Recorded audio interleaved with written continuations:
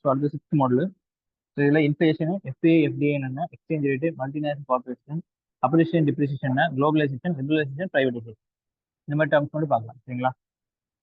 So எதுக்காக நம்ம வந்து இன்வெஸ்ட் பண்றோம் அப்படின்னா, மணி க்ரோ பண்றதுக்காகவும், ப்ரொடெக்ஷன் அகைன்ஸ்ட் இன்ஃப்ளேஷன், பணம் வீக்கத்துக்கு எதிராகவும் நம்ம என்ன செய்யறோம், இன்வெஸ்ட்மெண்ட் பண்றோம். To prevent erosion of the value of fiat currency. சரிங்களா? எரோஷன் வந்து அதோட மதிப்பு கம்மியாக இருக்கு, அதனால இன்வெஸ்ட்மெண்ட் பண்றோம். இப்போ கையில இருக்கு அப்படின்னு செலவு பண்ணிடுவோம். சரிங்களா? இதே வந்து ஒரு இதுல இன்வெஸ்ட் பண்ணிட்டோம் அப்படின்னா, லேண்ட் இன்வெஸ்ட்மெண்ட் பண்ணிட்டா என்ன அப்படின்னா அது குறையாது, அதிகமா தானே வரும். கோல்டு தான் அதிகமாயிட்டே இருக்கு. ஸோ அதான் இன்வெஸ்ட்மெண்ட் சொல்றாங்க. ஸோ இதுல பிக்ஸ்டு டெபாசிட் அப்படின்னு சொன்னா என்ன அப்படின்னா,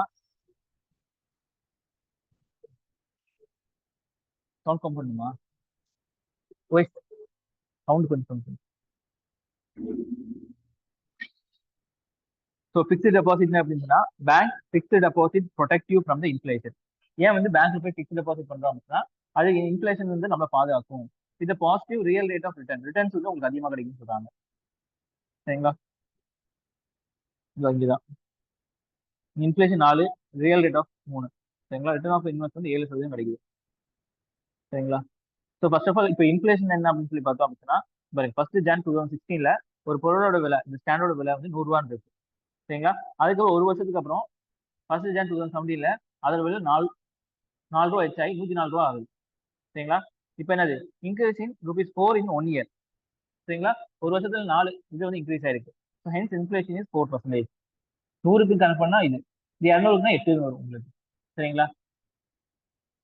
ஸோ ஒரு விலையை வந்து காலம் போக போக அதிகமாச்சு அப்படின்னு சொன்னா அதுதான் இன்ஃப்ளேஷன் சொல்லுவாங்க, பணவீக்கம் தமிழ்ல. அடுத்து ஃபாரின் போர்ட்ஃபோலியோ இன்வெஸ்ட்மெண்ட். இதுல உங்களுக்கு அனுப்பிச்சிருக்கும், சங்கர் கணேசன் ஒரு புக் இருக்கும், உங்களுக்கு அனுப்பிச்சுத்தரேன், அது தமிழ்ல இருக்கு. சரிங்களா? இந்த டேர்ம்ஸ் எல்லாம் வந்து தமிழ்ல கொடுத்துருப்பாங்க, அதை வந்து செக் பண்ணிருக்கீங்க. இது அனுப்பிச்சிருக்கேன், குரூப்ல போட்டுருக்கேன். சரிங்களா? அதுவே இந்த குரூப் 1 குரூப் 2க்குலாம் போதுமானதாக இருக்கு. அப்புறம் வந்து எக்கனாமி புக்ல இருக்குல்ல, அந்த சாப்டர்ஸ் படிச்சிருக்கீங்க அது. So FPS, foreign portfolio investment சொல்லுவாங்க, ஃபாரின் கம்பெனிஸ் வந்து இன்வெஸ்ட்மெண்ட் பண்ணுவாங்க. சரிங்களா? நீங்க யூஎஸ்ஏல பாத்தீங்கன்னா பிஎஸ்சி, என்எஸ்சி, ஸ்டாக் எக்ஸ்சேஞ்ச் இருக்குல்ல. சரிங்களா? So European Union, National Stock Exchange India Limited, இங்கெல்லாம் வரணும் அப்படின்னா யார்கிட்ட வந்து இது அப்ரூவல் ஆகணும், செபி கிட்ட, security exchange board of India சொல்லுவாங்க. இவங்கள்ட்ட வந்து அப்ரூவல் வாங்கி தான் இவங்க உள்ள வர முடியும். இப்போ பாத்தீங்க அப்படின்னா, ஃபாரின் போர்ட்ஃபோலியோனா துறைக்கு ஒவ்வொரு விஷயத்துக்காக வந்து என்ன செய்வாங்க, இன்வெஸ்ட்மெண்ட் நடக்கும். ஒவ்வொரு இதுல இன்வெஸ்ட்மெண்ட் போடுவாங்க. சரிங்களா? இங்க ஃபர்ஸ்ட் அப்ரூவல் வாங்குவாங்க. சரிங்களா? So approval from the SEBI. சரிங்களா? செபில இருந்து அப்ரூவல் பண்ணிட்டு அவங்க வந்து என்ன செய்வாங்க, இன்வெஸ்ட்மெண்ட் பண்ணுவாங்க. இன்வெஸ்டர்ஸ்னா முதலீடு போடுறவங்க. எதெல்லாம் பண்ணுவாங்க, இன்சூரன்ஸ் ஃபண்ட்ஸ், பென்ஷன் ஃபண்ட்ஸ் எல்லாத்தையும் இது பண்ணுவாங்க. இது மூலியமா பார்ட்டிசிபேட்டிவ் நோட் மூலியமாக. சரிங்களா? ஸோ யூஎஸ்ஏல இருந்து நம்ம ஸ்டாக் எக்ஸ்சேஞ்சுக்கு பணம் வருது அப்படின்னா கேபிட்டல் ஃப்ளோன்னு சொல்லுவாங்க. சரிங்களா? கேபிட்டல்னா இங்க முதலீடு, முதலீடு நம்மளுக்குள்ள வரும். சரிங்களா? இதுதான் ஃபாரின் போர்ட்ஃபோலியோ இன்வெஸ்ட்மெண்ட் சொல்லுவாங்க.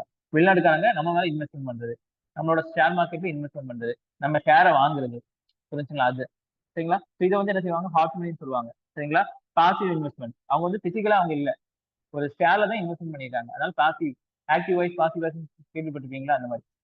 Highly volatile and not stable. சரிங்களா? ஷேர் மார்க்கெட் உங்களுக்கு தெரியும், கிராஷ் ஆகும், பூம் ஆகும், நிறைய விஷயம் நடக்கும். Invest in financial asset. சரிங்களா? பிசிக்கல் அசெட் இல்ல, நம்ம கம்பெனி மேல இன்வெஸ்ட் பண்ணா அது வந்து பிசிக்கல் அசெட். இதே வந்து ஷேர் மார்க்கெட்னா ஃபினான்ஷியல் அசெட்னு சொல்லுவாங்க. சரிங்களா? Can come and go at any time, இப்போ வேணாலும் லாபம் இருக்கலாம், எப்போ வேணாலும் இதாகலாம். அதே மாதிரி அவங்க வந்து என்ன செய்யலாம், இப்ப கம்பெனி ஒருத்தவங்க கொண்டு வந்துட்டாங்க, அப்படி கொக்கோலா கம்பெனி இருக்கு, நினைச்சோன்னு வெளியே போக முடியுமா, முடியாது. ஆனா இவங்க வந்து இன்வெஸ்ட்மெண்ட் மட்டும் தான் பண்ணிருக்காங்க அப்படின்னா எடுத்த காசு வச்சு அவங்க வெளியே போயிடலாம். Asset bubbles and asset crashes நான் சொன்னது. கரன்சி அப்ரிசியேஷன், டிப்ரிசியேஷன் நடக்கும். அப்ரிசியேஷன் டிப்ரிசியேஷன் பின்னாடி சொல்றேன். Developing countries R affected. இதுல நம்ம இந்தியா மாதிரி கண்ட்ரிஸ் தான் வந்து அஃபெக்ட் ஆகும் மெயினா. இப்போ ஃபாரின் போர்ட்ஃபோலியோ இன்வெஸ்ட்மெண்ட் அப்படின்னா ஷேர் மார்க்கெட்ல இன்வெஸ்ட்மெண்ட் பண்றது தான் ஃபாரின் போர்ட்ஃபோலியோ சொல்லுவாங்க. ஃபாரினர்கள் வந்து இன்வெஸ்ட்மெண்ட் பண்றது. ஓகேவா? பாருங்க, அதிகமா இது வந்துச்சுன்னா அசெட் பபிள் கிரியேட் ஆகும். சரிங்களா? அசெட் பபிள் தான் ஓகே, அதிகமா சேருதுன்னு சொல்லிட்டு. அதே மாதிரி அப்ரிசியேஷன் கரன்சி, கரன்சி வந்து அப்ரிசியேஷனா பணம் மதிப்பு அதிகமாகும். சரிங்களா? பண மதிப்பு அதிகம், அப்ரிசியேஷன், டிப்ரிசியேஷன். அப்புறம் என்ன இருக்கு, என்னன்னு சொல்லுவாங்க, எக்கனாமிக்ஸ், டிவேல்யூவேஷன். எவா படிச்சிருக்கீங்களா? அதான் கரண்ட் அஃபேர்ஸ். அதான் இது வந்து நீங்க ரெகுலர் நியூஸ் பேப்பர் படிச்சுட்டே வந்தீங்க அப்படின்னா இந்த மறக்காது, இதெல்லாம் பேசிக் டேர்ம். சரிங்களா? அப்ப வீக்கா இருக்கீங்கன்னு அர்த்தம். யூபிஎஸ்சி படிச்சுட்டு ரெகுலர் நியூஸ் பேப்பர் மட்டும் தான் ரிவிஷனா இருக்கும். சப்ஜெக்ட் தனியா படிக்காதனாலும் நியூஸ் பேப்பர் படிச்சீங்க அப்படின்னா இந்த பேசிக் டேர்ம் எல்லாம் அப்பப்போ முன்னாடி வந்துட்டே இருக்கும். அப்ப யோசிக்க தோணிட்டே இருக்கும். அப்ப ஆட்டோமேட்டிக்கா சப்கான்சியஸ்ல வந்து உங்களுக்கு ஞாபகம் ஆயிடும். சரிங்களா? இல்லைன்னா தனியா சப்ஜெக்ட் உட்காரணும்னு அவசியம் இல்லை. நியூஸ் பேப்பர் ரெகுலர் ரீட் பண்ணிட்டே வாங்க. நியூஸ் பேப்பர் படிக்காதான் உங்களுக்கு பிரச்சனை. சரிங்களா? எக்கனாமி, எக்கனாமி பொறுத்து எக்கனாமி, பாலிட்டி, அப்புறம் வந்து சயின்ஸ் அண்ட் டெக், இதுக்கெல்லாம் நியூஸ் பேப்பர் தான் வந்து ரிவிஷன் மெட்டீரியல் மாதிரி. சப்ஜெக்ட் படிச்சிருப்போம், கான்செப்ட் படிச்சிருப்போம். அது ரிவைஸ் பண்ணணும்னா இந்த மாதிரி இதுல இருந்து ரிவைஸ் பண்ணாதான் உண்டு. ஓகேவா? டிவேல்யூவேஷன், எவாலுவேஷன் சொல்லுவாங்க. சரிங்களா? ரீவாலுவேஷன் சொல்லுவாங்க. கேபிட்டல் ஃபிளைட் இங்க இருந்து வெளியே போகுது. இப்போ வந்து என்ன முதலீடு போட்டான், இப்போ நான் ஷேரை வச்சுட்டு அவன் காசு வாங்குவான். இப்போ ஷேர் வாங்குறதுக்காக காசு போடுவான், டாலர் வரும். அப்போ ஷேரை வச்சுட்டு காசு எடுத்து போவான். அப்போ அதுக்கு பேர் கேபிட்டல் ஃபிளைட், ஃபிளைட் பிடிச்சி வெளியே போற மாதிரி. சரிங்களா? ஸோ என்ன கேட்பாங்க, கேபிட்டல் ஃப்ளோ எங்க இருக்கு, எங்க வரும் அப்படின்னா வந்து ஃபாரின் போர்ட்ஃபோலியோ இன்வெஸ்ட்மெண்ட் சொல்லுவாங்க. சரிங்களா? எஃப்ஐ ஃபாரின் இன்ஸ்டிடியூஷன் இன்வெஸ்ட்மெண்ட் இருக்கு, அது வேற, இது வேற. இந்த மாதிரி சின்ன டேர்ம் வச்சு தான் உங்களுக்கு கொஸ்டின் வரும். இங்கே வந்து அசெட் கிராஷஸ் ஆகும், டிப்ரிசியேஷன், நம்ம கரன்சி வேல்யூ கம்மியாயிடும். இப்போ வந்து $1 $85 அப்படின்னு சொன்னா, டிப்ரிசியேஷன் அப்படின்னு சொன்னா $1 உங்களுக்கு என்னது $90 ஆகும். நம்மளோட வேல்யூ கம்மியாயிடும், நம்மளோட மதிப்பு நிறைய. இது அப்ரிசியேஷன் அப்படின்னு சொன்னா $1 விலை 75 ஆயிடும். இது அப்ரிசியேஷன், நம்மளோட வேல்யூ இன்க்ரீஸ் ஆகும். சரிங்களா? அப்ரிசியேஷன் டிப்ரிசியேஷன் புரிஞ்சுக்கணும். இதே வந்து டிவேல்யூவேஷன், ரீவேல்யூவேஷன் அப்படின்னு சொன்னா கவர்மெண்டே செய்யறது. அப்ரிசியேஷன் டிப்ரிசியேஷன் மார்க்கெட் படி நடக்கிறது. சரிங்களா? இப்போ எல்லாரும் காசு முதலீடு பண்ணாங்கன்னா உங்களுக்கு அப்ரிசியேஷன் ஆகும், நம்மளுக்கு மதிப்பு இருக்கு, நம்ம கரன்சிக்கு மதிப்பு இருக்கும், அது அப்ரிசியேஷன் ஆகும். எல்லாரும் நம்மள்ட்ட இருந்து எடுத்துட்டு போனாங்க அப்படின்னு சொன்னா நம்மளோட மதிப்பு கம்மியாயிடும். இதே கவர்மெண்ட் என்ன செய்யும், டிவேல்யூவேஷன் பண்ணுவாங்க. சரிங்களா? டிவேல்யூவேஷனா வேணும் வேணுமே மதிப்பு கம்மி பண்ணுவாங்க. அப்ப என்ன செய்வாங்க, வெளிநாட்டவங்க நமக்கு வந்து இன்வெஸ்ட்மெண்ட் பண்ணுவாங்க. சரிங்களா? அவங்களுக்கு என்னது, $1 இருந்தது நம்மளோட கம்மியா தான் இருக்கும், ஸோ அதிகமா தான் இருக்கும், அதனால நிறைய மணி அவங்களுக்கு கிடைக்கும். $1 கொடுத்தே வந்து நிறைய 2 பொருள் வாங்கலாம். முன்னாடி ஒரு பொருள் மட்டும் தான் வாங்க வேண்டியதா இருந்துச்சு, $1 கொடுத்து இப்போ 2 பொருள் வாங்கலாம். ஏன்னா நம்மளோட மதிப்பு கம்மியாயிடும். போகவும் எக்ஸ்பிளைன் பண்றேன், அது தனி மாடல் இருக்கு. சும்மா உங்களுக்கு ஒரு இது மட்டும் கொடுக்குறேன். இங்க டிப்ரிசியேஷன் ஆகும். சரிங்களா? கேபிட்டல் ஃபிளைட்னு சொல்லுவாங்க. ஃபிளைட் ஆச்சுன்னா கிராஷ், ஃபிளைட் கிராஷ், டிப்ரிசியேஷன் எல்லாம் நெகட்டிவ் டேர்ம். சரிங்களா? இங்க என்னது, ஃப்ளோ, ஃப்ளோ, பபிள், அப்ரிசியேஷன் எல்லாம் பாசிட்டிவ் டேர்ம். இப்படி ஞாபகம் வச்சுக்கோங்க. இங்க இங்கதான் வருது. ஸோ அங்க சொன்னதே தான், கொஞ்சம் நல்லா பாருங்க. டிப்ரிசியேஷன் ஃபர்ஸ்ட், அப்ரிசியேஷன் தான் பாருங்க. சரிங்களா? $1 $40 ஆகுது. இங்க என்னது, $1 $100 வச்சுக்கோங்க, $1 நம்ம வச்சுக்கலாம். இங்க $68 ஆகுது. அப்ரிசியேஷன் $40 $68. ஆப்போசிட்டா ஞாபகம் வச்சுக்கோங்க. அப்ரிசியேஷன் என்னது, ஆப்போசிட்னு ஞாபகம் வச்சுக்கோங்க. அப்போ நம்ம மதிப்பு கம்மியா இருக்கும், $40 இருக்கும். சரிங்களா? இதே வந்து டிப்ரிசியேஷன் அப்படின்னா நம்ம மதிப்பு வந்து அதிகமா இருக்கும். அப்போ என்னது, டிப்ரிசியேஷன் சொல்லலாம். சரிங்களா? அது மாதிரி கொஞ்சம் கன்ஃபியூஷனா இருக்கிற மாதிரி இருக்கும். ஃபிக்ஸ் பண்ணி 2 3 டைம் பாத்தீங்க அப்படின்னா ஃபிக்ஸ் ஆயிருக்கும். சரிங்களா? நம்ம மதிப்பு உயரணும் அப்படின்னா நம்மளோட என்னது, அதிகமாகுமா கம்மியாகுமா, கம்மியாகும். ஏதாச்சும் ஒண்ணு ஃபிக்ஸ் பண்ணிக்கங்க. அது அப்படி போகவே போகாதீங்க. டாலர் ஃபிக்ஸ் பண்ணிட்டு நம்மளோட பாருங்க, ஒன்னு ஃபிக்ஸ் பண்ணிட்டு இன்னொன்னு பார்த்தா அப்படி போனீங்கன்னா ரெண்டும் குழம்பிடும். இப்போ $1 மதிப்பு $40 அப்படின்னு சொன்னா அது வந்து இப்போ அப்ரிசியேஷன் ஆச்சு அப்படின்னு சொன்னா எவ்வளவு ஆகும் உங்களுக்கு?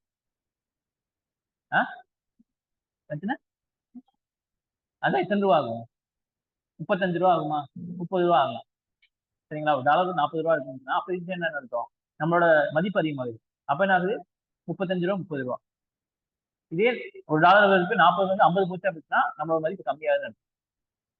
சரிங்களா? இப்போ ரேங்க் 1னா மதிப்பு அதிகம் அப்படி சொல்றோம்ல, அதே மாதிரி தான் கான்செப்ட். அப்படி ஞாபகம். இது அப்ரிசியேஷன் டிப்ரிசியேஷன் வந்து மார்க்கெட்னால, மார்க்கெட் வந்து ஆட்டோமேட்டிக்கா நடக்கும். வாங்குறது போகிறது அதாவது ஆட்டோமேட்டிக்கா நடக்குது இல்ல, அதனால வரக்கூடியதான் அப்ரிசியேஷன் டிப்ரிசியேஷன். சரிங்களா? இதே மாதிரி பாருங்க, கவர்மெண்ட் ஃபிக்ஸ் பண்ணாங்க அப்படின்னா அது பேர் டிவேல்யூஷன், ரீவேல்யூஷன். ரீவேல்யூஷனா அப்ரிசியேஷனோட ரீவேல்யூஷன் அதிகப்படுத்துறது. இதே டிவேல்யூஷன் கம்மி பண்றது, கம்மி பண்றது அப்படின்னு ஞாபகம். அதே தான் இங்கே. சரிங்களா? $1 இந்தியாவோட மதிப்பு அதை மட்டும் வச்சுக்கோங்க. ஓகேவா? இதுக்கப்புறம் தான் கான்செப்ட் வரும், அதனால தான் ஃபாரின் டைரக்ட் இன்வெஸ்ட்மெண்ட். சரிங்களா? ஃபாரின் காரங்க டைரக்டா வந்து இந்த கம்பெனியை வைப்பாங்க. சரிங்களா?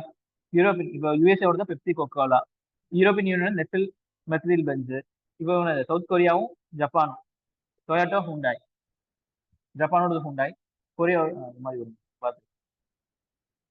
ஃபாரின் டைரக்ட் இன்வெஸ்ட்மெண்ட் தான் அது ஸ்டேபிளாக லாங் டேர்மா இருக்கும். ஏன்னா கம்பெனி விட்டுட்டு ஓட முடியாது. Stay on longer for time not easy to exit. அது கம்பெனியோட நிறைய ரூல்ஸ் அண்ட் ரெகுலேஷன்லாம் இருக்கு, அதெல்லாம் அவங்க எடுத்து தான் பண்ணணும்.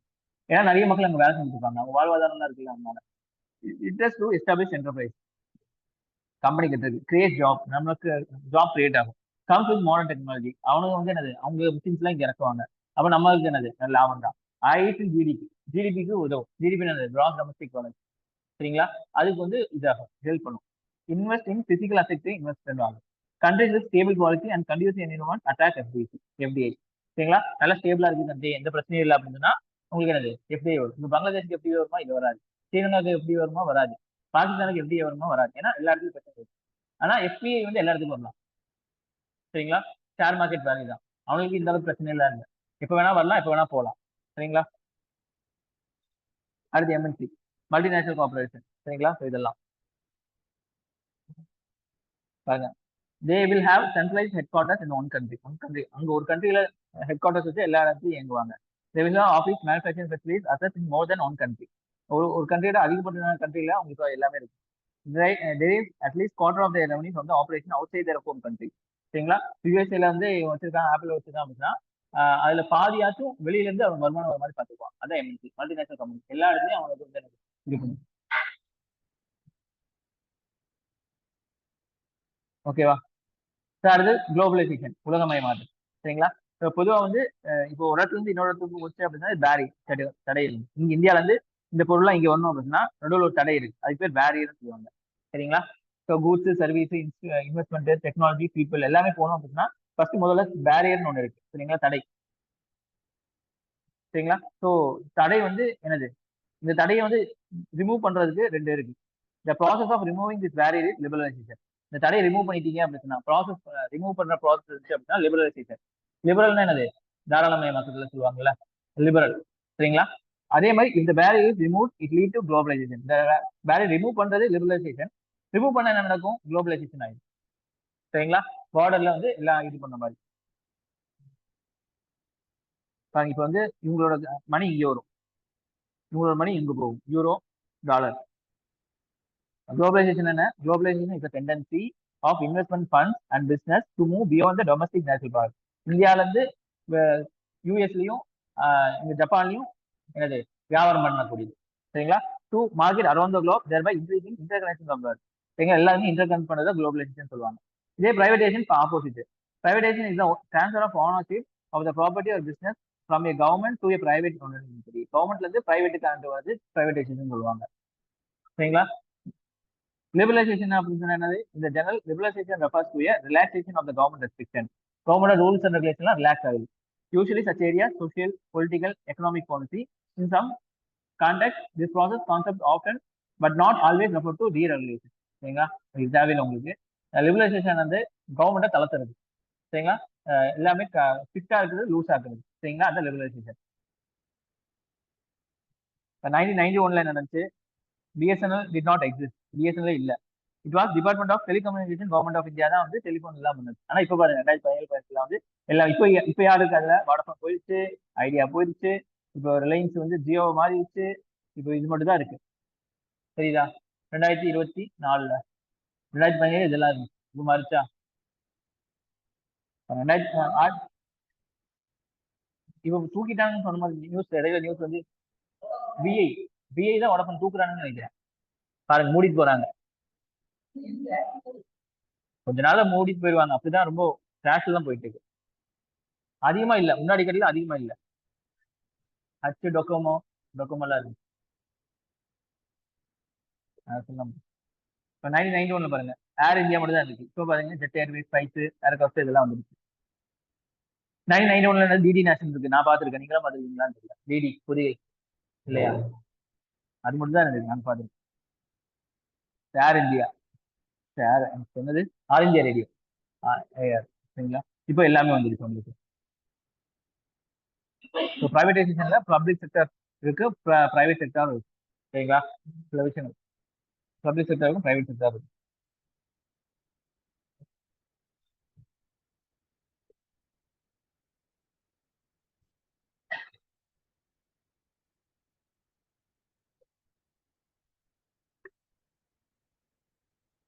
இது ஒரு பார்ட் மட்டும் தான் சொல்றேன், இது லெக்சர் பார்ட் ஒன்று.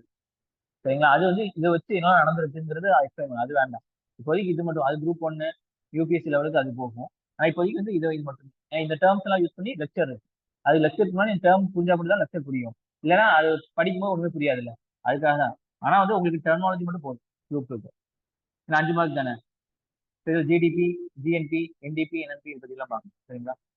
So gross domestic product. சரிங்களா? So it is one of the many indicators of standard of living in country. ஒரு கண்ட்ரியோட ஸ்டாண்டர்ட் எப்படி இருக்கு, வாழ்வாதார வாழ்வு தரம், வாழ்க்கை தரம் எப்படி இருக்குங்கிறது இது வந்து இது. GDP regardless of ownership. சரிங்களா? ஓனர்ஷிப் வந்து பொறுத்து இல்லை. சரிங்களா? Here the final goods and service produce are taken. மொத்தமா இவ்வளோ கூட்ஸ் அண்ட் சர்வீஸ் ப்ரொடியூஸ் பண்ணியிருக்கீங்க, அதை பொறுத்து தான் இது அமையும். Production is within the country boundary. இந்த கண்ட்ரிக்குள்ள நடக்குது இல்லை, அந்த இதை எடுத்துக்கொள்ளப்படும். அது வந்து வெளிநாட்டுக்காரங்களோட கம்பெனியா இருக்கலாம், நம்மளோட கம்பெனியா இருக்கலாம். ஓனர்ஷிப்பை பொறுத்து இருக்காது. சரிங்களா? ஜிடிபின்னா என்னது, ஒரு வருஷத்துல ஒரு கண்ட்ரி, இந்தியா கண்ட்ரி பார்டருக்குள்ள இதெல்லாம் பொருட்கள் உருவாக்கி இருக்கோ அது மொத்த மதிப்போட வேல்யூ தான் ஜிடிபி. அது வந்து இந்தியா இந்தியா ஓன் பண்ண டாட்டாவா இருந்தாலும் சரி, இல்ல கோகோகோலா வந்தாலும் சரி, அவங்க ப்ரொடியூஸ் பண்ணாங்கன்னா அவங்களுக்கும் கணக்கு தெரியும். அதுல பார்டருக்குள்ள இந்தியாவுக்குள்ள உருவான மொத்த மதிப்போட இதுதான் வந்து வேல்யூ தான் ஜிடிபி. சரிங்களா? Total value of final goods and service produce within the country's border in year regardless of ownership. அப்படின்னா ஃபாரினரா இருந்தாலும் சரி, இந்தியனா இருந்தாலும் சரி, இது தேவையில்லை நம்மளுக்கு. சரிங்களா? இந்த கம்பெனி பிரைமரி, செகண்டரி, டெர்ஷரி எல்லாம் சேர்த்து. சரிங்களா? இப்போ ஜிடிபிங்கிறது எல்லாம் வந்து கன்செப்ஷனு. சரிங்க, கன்செப்ஷன் தான் வந்து நல்லா வந்து நம்ம இது பண்றோம், எடுத்துக்கிறோம் அதுங்கிறது. கிரெடிட் கார்டு எல்லாமே இருக்கு, இன்வெஸ்ட்மெண்ட், சரிங்க, கவர்மெண்டோட ஸ்பெண்டிங், அப்புறம் எக்ஸ்போர்ட். சரிங்களா? இம்போர்ட்டை மட்டும் மைனஸ் பண்ணுவோம், ஏன்னா வெளிநாட்டுல இருந்து பொருள் வருது இல்ல. இம்போர்ட் என்னது, நம்ம நாட்டில் தயாரிக்கப்படாது இல்ல, அதனால மைனஸ் பண்றோம். புரிஞ்சுங்க, ஃபார்முலா மாதிரி இது வச்சே கொஸ்டின்ஸ் கேட்பாங்க. சரிங்களா? இது வந்து இம்போர்ட்டை மைனஸ் பண்ணுவோம், இம்போர்ட்டை நம்ம சேர்த்துக்க மாட்டோம். ஏன்னா ஜிடிபிங்கிறது இந்தியாவுக்குள்ள தயாரிச்ச பொருள் மட்டும் தான் கனெக்ட் பண்ணணும். அதனால இம்போர்ட்டை மைனஸ் பண்ணுவோம், அப்பனா ஜிடிபி கிடைச்சிடும். இதெல்லாம் மொத்தமா இருக்கு. சரிங்களா? இந்தியாவுக்குள்ள இதெல்லாம் இருக்கு, இதெல்லாம் நடக்குது. அப்ப இதுல வந்து இம்போர்ட்டை மட்டும் மைனஸ் பண்ணோம் அப்படின்னா, இதெல்லாம் பிளஸ் பண்ணி இது மைனஸ் பண்ணோம் அப்படின்னா ஜிடிபி கிடைக்கும். சரிங்களா? நாளைக்கு இது மேக்ஸ் மாதிரி இது இங்க பிளஸ் போட்டுருவாங்க. சரிங்களா? ஸோ அப்படிலாம் வந்து மாற்றி மாற்றி கொஸ்டின் கேட்கறதுக்கு வாய்ப்பு இருக்கு. கிராஸ் டொமஸ்டிக் ப்ராடக்ட் அப்படின்னா வீட்டு 20 ரூபா, வீட் ஃப்ளோர் மாவு 30 ரூபா, 20 ரூபா ஆகுது. அது 30 ரூபா, அரைக்கு 10 ரூபா, 30 ரூபா ஆகுது. பிஸ்கெட் வந்து 40 ரூபா. சரிங்களா? ஃபைனல் வேல்யூ இதை எடுக்க மாட்டாங்க, இதை எடுக்க மாட்டாங்க, மொத்த மதிப்பை தான் எடுப்பாங்க. இதுதான் ஃபைனல் வேல்யூன்னு சொல்லுவாங்க. சரிங்களா? பிஸ்கெட்டோட விலை இதுதான். Final value of goods and service only taken but not the value of intermediate goods well called GDP of any nation. இதை பத்திலாம் எடுக்க மாட்டோம். வீட்டு எவ்வளவு போகுது, மாவு அரைக்கும் போது எவ்வளவு தச்சு, அதெல்லாம் இல்லை. நீ இல்ல கடைசி என்ன பொருள் தயாரிக்கிறியோ அதோட வேல்யூ தான் கணக்கெடுப்போம். புரியுதா? இன்டர்மீடியட் கூட்ஸ் வந்து இடைப்பட்ட இன்டர்மீடியட் கூட்ஸோட வேல்யூ கணக்கிட மாட்டோம். இது கொஸ்டினா வருது. ஜிடிபி கால்குலேட் பண்ணும்போது இன்டர்மீடியட் கூட்ஸ் வந்து எடுக்கப்படுமா வேண்டாமா, எடுக்கப்படும் சொன்னா தப்பு. இன்டர்மீடியட் வேல்யூ வந்து எடுக்கப்பட மாட்டாது. அடுத்து கிராஸ் நேஷனல் ப்ராடக்ட். இப்போ நேஷனல் வந்துச்சா, இப்பதான் நம்ம வந்து இந்தியனா இல்ல ஃபாரினா செக் பண்ணணும். புரிஞ்சுங்களா? டொமஸ்டிக்னா செக் பண்ண தேவையில்லை, நேஷனல்னா செக் பண்ணணும். சரிங்களா? Gross national product, GNP, GDP plus income from goods and service produce abroad by the national. இந்தியாவில் டாடா வந்து யூகேல கம்பெனி வச்சிருக்கான். சரிங்களா? இப்போ அவன் தயாரிச்சதும் நம்ம எடுத்துப்போம், ஏன்னா இந்தியாக்காரன் தானே அவன். ஜிஎன்பி இல்ல, கிராஸ் நேஷனல் ப்ராடக்ட்ல நேஷனல். சரிங்களா? டாட்டாக்கான வெளிநாட்டுல கம்பெனி வச்சு தயாரிக்கிறானா அதையும் நம்ம எடுத்துப்போம். அப்ப இங்க வந்து நம்ம என்ன செய்யணும், அப்ப கழிக்கணும்ல. அப்ப இங்க கொக்கோகாலக்கார வந்து ஒரு கம்பெனி வச்சு தயாரிக்கிறானா அந்த வேலையை நம்ம மைனஸ் பண்ணணும். அதான் இங்க கொடுத்துருப்பாங்க. Jaguar, Land Rover India. Jaguar Land Rover இந்தியாக்காரங்க வெளிநாட்டுல இருக்கு, ஆட் பண்ணும். கொக்கோலா மைனஸ் பண்ணிடும், இந்தியாவில இருந்தாலுமே. புரியுதுங்களா? Income from goods and service produce domestically by foreign national minus பண்ணும். ஓகேவா? இதுதான் ஜிஎன்பி. கிராஸ் நேஷனல் ப்ராடக்ட்னா இந்தியாக்காரனோட வெளிநாட்டில் இருந்தாலும் ஆட் பண்ணும், வெளிநாட்டுக்காரன் இந்தியாவில் இருந்தாலுமே மைனஸ் பண்ணும், ஜிடிபியோட பிளஸ் பண்ணி. புரிஞ்சுங்களா? Gross total value of goods and service produce in a country plus net income from abroad. Net இன்கம்னா அதான் பிளஸ் மைனஸ் சேர்ந்து, இது வந்து நெட் இன்கம் ஃப்ரம் அப்ராட்னு சொல்லுவாங்க, வெளிநாட்டு அப்ராட்னு சொல்லுவாங்க, இதெல்லாம் சேர்த்து. ஓகே, புரிஞ்சா? ஜிடிபி ஜிஎன்பி புரிஞ்சா? இதுல நிறைய இருக்கு, யூபிஎஸ்சி போனா இன்னும் நிறைய குழப்பமா இருக்கு. இப்போதைக்கு இது ரெண்டு மட்டும் ஜிவிஏ அதெல்லாம் சொல்லுவாங்க, குழப்பிக்க வேண்டாம், இது மட்டும் பார்த்துட்டு. ஓகேவா? அது இது நெட் டொமஸ்டிக் ப்ராடக்ட் எடுத்து. சரிங்களா? ஸோ ஃபர்ஸ்ட் வந்து டெப்ரிசியேஷன் அப்படின்னு சொன்னா உங்களுக்கு தெரியுமில்ல, அதோட மதிப்பு இழக்கிறது, டெப்ரிசியேஷன், தேய்மானம். சரிங்களா? The monetary value of an asset decreases over the time due to use, wear and tear, obsolescence. சரிங்களா? அதோட யூஸ் பண்ணிட்டு இருக்கனால அதோட வேல்யூ கம்மியாகுது. Decrease in asset value may be due to several reasons. சரிங்களா? Depreciable elements can be machinery, equipment, எது வேணாலும் இருக்கலாம், கரன்சியாவும் இருக்கலாம். சரிங்களா? இப்போ நெட் டொமஸ்டிக் ப்ராடக்ட் NDPங்கிறது என்ன எப்படி பார்த்தோம் அப்படின்னா, ஜிடிபி, இது ஜிடிபி தான், மைனஸ் டிப்ரிசியேஷன் ஆஃப் அசெட். சரிங்களா? இந்த வேல்யூ கம்மி பண்ணோம் அப்படின்னா நெட் டொமஸ்டிக் ப்ராடக்ட் கிடைக்கும். ஜிடிபில இருந்து டிப்ரிசியேஷன் பண்ணோம் அப்படின்னு சொன்னா NDP கிடைச்சிடும். சரிங்களா? ஜிஎன்பிக்கும் ஜிடிபி ஆட் பண்ணி மைனஸ் பண்ணணும், இதுக்கும் ஜிடிபி ஆட் பண்ணி மைனஸ் பண்ணணும், ஜிடிபியை வந்து டிப்ரிசியேஷனும் மைனஸ் பண்ணணும். சரிங்களா? இங்க 2020 ஒவ்வொரு வருஷம் 20 கம்மி பண்ணிட்டு வந்தோம் அப்படின்னா இந்த மாதிரி இது கணக்கே போட்டுக்கோம்ல, சாருக்கு எனக்கு ஞாபகம் இருக்க ஃபர்ஸ்ட் டெஸ்ட்டுக்கு போட்டோம்ல, இது பாருங்க நெட் டொமஸ்டிக் NDP. இது அடுத்து என்னது NNP, இதுவும் ஜிடிபி ஒரே மாதிரிமா, இதுவும் ஜிடிபி ஒரே மாதிரி, சிம்பிளா இருக்கும் உங்களுக்கு. சரிங்களா? டொமஸ்டிக்ல இதாச்சுன்னா இது மைனஸ் பண்றது அவ்வளவுதான். ஆனா NNPயும் ஜிஎன்பியும் ஒரே மாதிரி இருக்கும் பாருங்க. NNPங்கிற அப்படின்னா gross national product minus depreciation, GNP minus DP. சரிங்களா? இது இப்படி கொண்டு வரலாம், ஜிஎன்பி மைனஸ் டி வந்து NNP, ஜிடிபி மைனஸ் பிங்கிறது NDP, டிடியா NNA. ஓகேவா? இதுதான் கோட் வேர்டு. சரிங்களா? அங்க போய் யோசிக்கும் போது எதுன்னு கன்ஃபியூஷன் ஆகும். அப்ப இந்த மாதிரி இது பண்ணி வச்சிட்டீங்க அப்படின்னா கொஞ்சம் யூஸ்ஃபுல்லா இருக்கும். சரிங்களா? ஓகேவா? ஜிடிபி, ஜிஎன்பி, NDP எல்லாம் புரிஞ்சுல? ஓகே தானே? அதாவது productivity, for more productivity input must be less and output should be more. அதே தாங்க இப்போ நம்ம கம்மியா படிச்சு அதிகமா மார்க் வாங்கினா ப்ரொடக்டிவிட்டின்னு சொல்லுவோம். அதே தான், கம்மியா இன்புட் கொடுத்தா அதிகமா அவுட்புட் வாங்குறது. இன்க்ரீசிங் எஃபிஷியன்சி அந்த part of capital labour lead to increase in productivity. சரிங்களா? அதிகப்படியான கேபிட்டல் நம்ம போட்டோம் அப்படின்னா லேபருக்கும் அதிகமாக காசு கொடுத்தோம் அப்படின்னா எஃபிஷியன்சி அதிகமாகும், ப்ரொடக்டிவிட்டி அதிகமாகும். Output per unit, unit per unit of input எம்ப்ளாய்னு சொல்றாங்க. Tata steel, Bajaj steel factory. அடுத்து லைஃப் எக்ஸ்பெக்டன்சி அண்ட் பர்த். சரிங்களா? பிறந்தோடனே எவ்வளவு காலம் வந்து வாழுது அப்படிங்கிறது.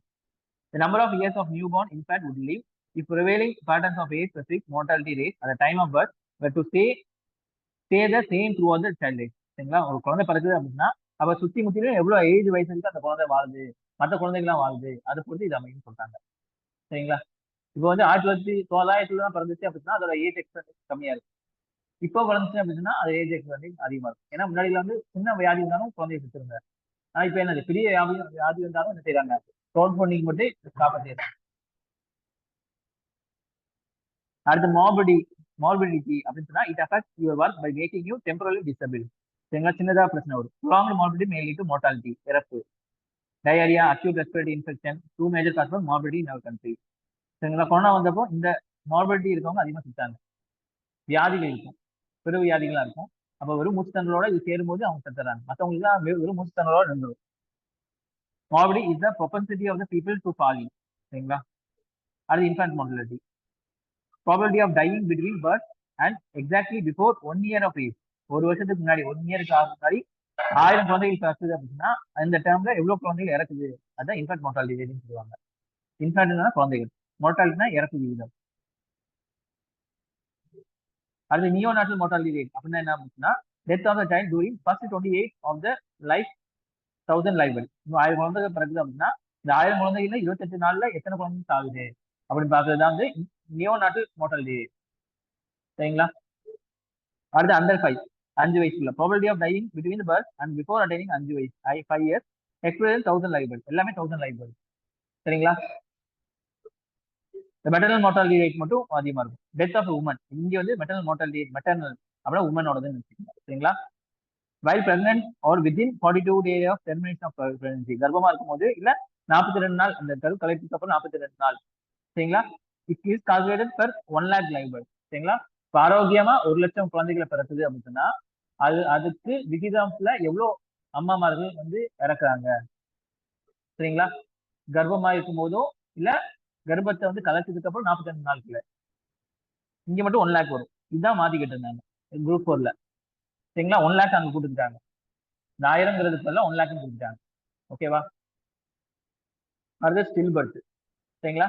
a baby who is born without any signs of life or after 28 week of gestation. சரிங்களா? இது ஸ்டில் பர்த்னு சொல்லுவாங்க. சரிங்களா? அஹ் உயிருக்குன்னா அறிகுறியே இல்லாம இது 28 வாரங்கள். மொத்தம் எத்தனை வாரங்கள் இருக்கும் கருவுறு காலம்? மொத்தம் எத்தனை காலம், எத்தனை வாரம்? 40 வீக்ஸ் தானே. சரிங்களா? அது 28 வாரத்திலேயே புறப்பசம் சொல்லுவோமா, அப்பயே பறந்தது இது சொல்லுவாங்க, ஸ்டில் பர்த்னு சொல்லுவாங்க. சரிங்களா? அது capital goods used for producing other goods for end use. சரிங்களா? ஸோ இதுதான் சொல்லுவேன். Not for immediate meeting immediate needs of consumer. It may be machine equipment their cost is normally ஹையா இருக்கும். கன்சியூமர் குட்ஸ் நடத்திருந்தாங்க. சரிங்களா? So consumer durables, non durables தான் தாங்கக்கூடியது 3 வருஷம். இது வந்து நான் டியூரபிள்ஸ்னா அப்படின்னா தாங்க முடியாது. சரிங்களா? ஈஸியா வந்து அழகக்கூடியது. சரிங்களா? சாஃப்ட் ஃபுட்னு சொல்லுவாங்க நான் டியூரபிள்ஸ். சரிங்களா? நான் டியூரபிள்ஸ் எஃப்எம்ஜி ஃபாஸ்ட் மூவிங். சரிங்களா? கன்சியூமர் குட்ஸ் அதிகமா உருவாக்குவாங்க, கம்மி விலையா இருக்கும், லோ பிரைஸ் தான் இருக்கும், ஃப்ரீக்வெண்டா பர்ச்சேஸ் பண்ற மாதிரி இருக்கும். மில்க், ஃப்ரூட்ஸ், பேஸ்ட் இதெல்லாமே. ஓகேவா? ஸோ லேண்ட் ஒரு ரெவன்யூ செட்டில்மெண்ட். சரிங்களா? இது வந்து லேண்டை பத்தி, அடுத்து வந்து உங்க லேண்டை பத்தி வரும், அதனால இதோட சரிங்களா? British occur territory rights in different part of India. ஒவ்வொரு இடத்துல டெரிட்டரினா உங்களுக்கு இடங்கள், ஒவ்வொரு இடத்தையும் பிடிச்சிட்டு வராங்க. அதே மாதிரி அட்மினிஸ்ட்ரேஷனும் அந்த அதுக்கு தகுந்த மாதிரி லேண்டை சர்வே பண்ணி வச்சுட்டாங்க, அட்மினிஸ்ட்ரேஷன் பண்ணுவாங்க. It was decided in the interest of the government in terms of revenue to be collected from each parcel of the land portion. இதெல்லாம் வந்து அந்த இடத்துல வந்து எவ்வளவு வருமானம் எப்படி நமக்கு வரும் அப்படிங்கிறதுக்கு ஏற்ற மாதிரி அவங்க பாலிசி பண்ணாங்க. சரிங்களா? அதுல 3 வகை இருக்கு. ரயத் வாரி, 2 மஹால் வாரி, 3 ஜமீன்தாரி. 3 முறை இருக்கு. ரயத் வாரியில என்ன பாத்தீங்கன்னா, the system of revenue settlement entered into by government of India with individual tenant. ஒரு டெனன்ட் கவர்மெண்ட். சரிங்களா? பிரிட்டிஷ் கவர்மெண்ட் இவங்க 2 பேருக்கு உண்டான உடன்படிக்கை தான் அது. சரிங்களா? அது மஹால் வாரி அப்படின்னா government with revenue village. Mahal ஒவ்வொரு மஹாலாவும் பிரிச்சு வைப்பாங்க. அந்த இதுவும் இவங்களும் வந்து கவர்மெண்ட்டும் இது பண்ணிக்கணும், டிரான்சாக்ஷன் பண்ணிக்கணும். அது ஜமீன்தாரி பார்த்தீங்கன்னா செட்டில் ஆஃப் பெர்மனன்ட் செட்டில்மெண்ட். இது ஆல்சோ நேம் ஜமீன்தாரி. இங்க ஜமீன்தாரி முறைப்படி இது நடக்கும். ஜமீன்தாரி சிஸ்டம் பார்த்தீங்கன்னா லார்ட் கார்ன்வாலிஸ் 1793. சரிங்களா? It's also known as permanent settlement system சொல்லப்படும். Was introduced in province of Bengal, Bihar, Orissa, வாரணாசியில நடத்தப்பட்டுச்சு. Zamindar are recognised owner of land. Zamindar system zamindar தான் owner. They were given right to collect the rent from the peasant. சரிங்களா? Peasant வந்து என்ன செய்யலாம், வரி எடுத்துக்கலாம் அப்படின்னு சொல்லப்பட்டிருக்கு. அது ryotwari. Ownership of rights were with peasant. British government directly collected tax from peasant. பெசன்ட்ல இருந்து டைரக்டா கலெக்ட் பண்ணாங்க. Introduce in Madras, Bombay, parts of Assam, Coorg province of British India, Karnataka இந்த சைடு. சரிங்களா? இங்க வந்து என்னது, பெசன்ஸ் தான். இங்க ஓனர் ரயத் வாரியில ஓனர் யாரு, பெசன்ஸ். அங்க ஜமீன்தார்ல ஓனர் யாரு, ஜமீன்தார். சரிங்களா? டிஃபரன்ஸ் பார்த்துக்கணும். இது Mahalwari. The term Mahal referred to fiscal unit, revenue division into the which whole land was divided by Akbar. மஹல்லாவை பிரிச்சது யாரு, அக்பர் தான். இதுவே கொஸ்டினா கேட்கலாம். மஹல்வாரி சிஸ்டத்தோட முன்னோடி யாரு, அக்பர். சரிங்களா? Each mahal consist of 1 or more revenue villages. சரிங்களா? ஒவ்வொரு மலும் நிறைய வில்லேஜஸ் இருக்கும். சரிங்களா? Ownership rest with peasant. இங்கேயும் பெசன்ட் தான் owner. Village committee was responsible for collection of rent. சரிங்களா? அந்த கமிட்டி தான் வந்து வாங்கி தரணும். மஹல்லா ஹெட் வந்து கலெக்ட் பண்ணி தருவாங்க. இங்க central province, North West Frontier, Agra, Punjab, Gangetic valley. இந்த மஹாலா system all the properties of the mahal are jointly severally responsible. சரிங்களா? எல்லாமே சேர்த்து தான் வந்து ரெஸ்பான்சிபிளா இருக்கும். Suez canal. It is an artificial waterway running from north and south of across isthmus of Suez. இஸ்துமஸ்னா ரெண்டு, ஒரு வாட்டர் பாடியில 2 நிலங்களை கனெக்ட் பண்றது இஸ்துமஸ்ன்னு சொல்லுவாங்க. சரிங்களா? South America, north America connect பண்ணக்கூடிய இஸ்துமஸ் வந்து இஸ்துமஸ் ஆஃப் பனாமா. சரிங்களா? இங்க என்னது, இஸ்துமஸ் சூயஸ். சரிங்களா? Suez canal. It connects Mediterranean Sea with the Gulf of Suez, which is an arm of Red Sea. சரிங்களா? சூயஸ் கனால் இங்க இருக்கா, Mediterranean சீயும் ரெட் சீயும் கனெக்ட் பண்ணுது. ஓகேவா? ஸோ கொலனல் ரூல் பாத்தீங்க அப்படின்னா என்னென்ன indicate the countries colonial for ruling foreigner. Colonial ரூல்னா என்னது, வெளியாளுங்க நம்மளை ஆட்சி பண்றது. சரிங்களா? Economy of such countries regulated and control by foreign country. நம்ம எக்கனாமி அவங்க தான் பண்ணணும். இப்போ என்ன நடக்குது அப்படின்னு சொன்னா, நம்மள்ட்ட வந்து இந்தியால இருந்து காட்டன் எடுப்பானுங்க, காட்டன் எடுத்து இங்கிலாந்து போகும். இங்கிலாந்து காட்டன் ஆகும், க்ளோத்தா மாறும், திருப்பி நம்மளுக்கு விற்பானுங்க. சரிங்களா. நம்மள்ட்ட இருந்து ரா மெட்டீரியல் வாங்கிட்டு ஃபினிஷ் குட்ஸ் நம்மளுக்கே விற்றுவாங்க. சரிங்களா. அது வேல்யூ ஆட் பண்ணுவாங்க. காட்டன் வெறும் காட்டனுக்கு வேல்யூ இருக்குமா, எப்படி வெறும் மாவுக்கு வேல்யூ இருக்குமா, பிஸ்கெட் தானே வேல்யூ. ஸோ இங்க நம்மள்ட்ட இருந்தே எடுத்துக்கிட்டு நம்மளுக்கே அது இப்படி வச்சுப்பாங்க. ஓகேவா. பிரேக் வேணுமா இல்ல எடுத்துடலாமா? ஸோ 45க்கு வந்துடுறீங்களா? கரெக்டாக 45க்கு வந்துருக்கு. அடுத்ததுல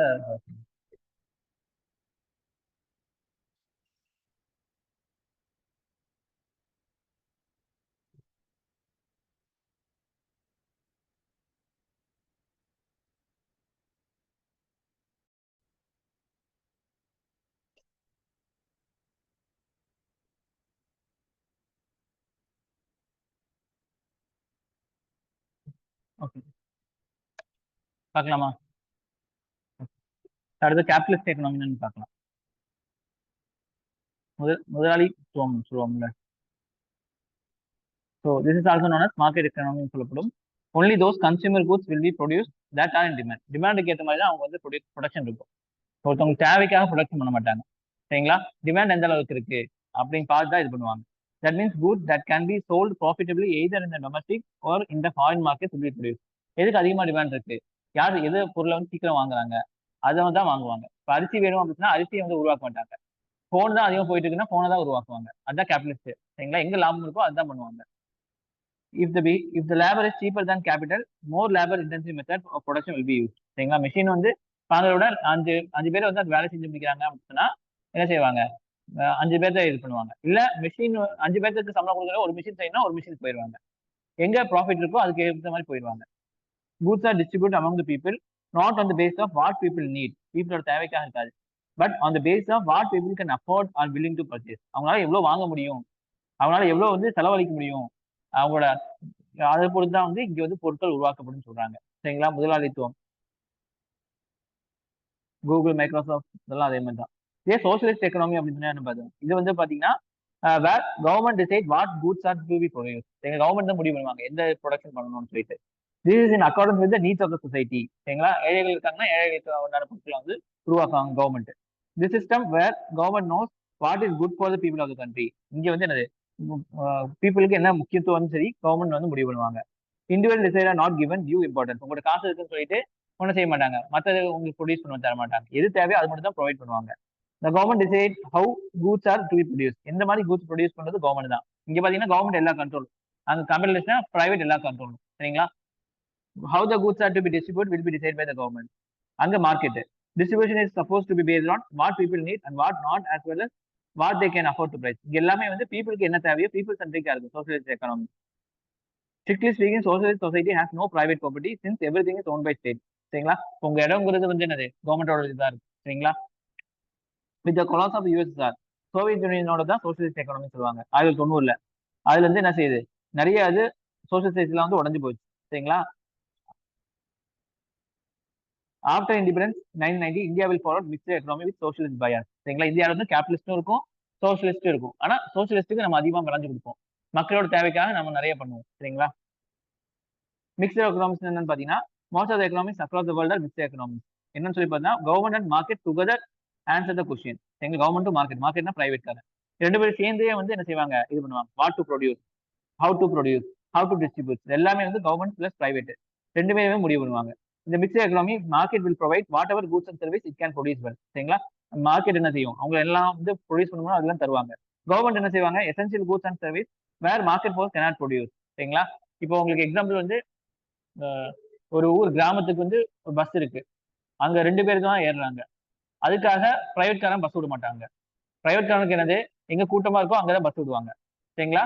ஸோ இங்க பஸ் விடணும்னு கவர்மெண்ட் மேல மட்டும் தான் பஸ் விட முடியும். கவர்மெண்டோட சர்வீஸ் மட்டும் தான் என்னது, ஒரு ஆள் இருந்தாலும் அந்த ஏரியா கவர் பண்றதா அதோட இதா இருக்கும், தவிர லாபம் பார்த்து அவங்க ஓட்ட மாட்டாங்க. புரியுதா. இதுதான் சோசியலிஸ்டுக்கும் கேபிட்டலிஸ்டுக்கும் உண்டான வித்தியாசம்.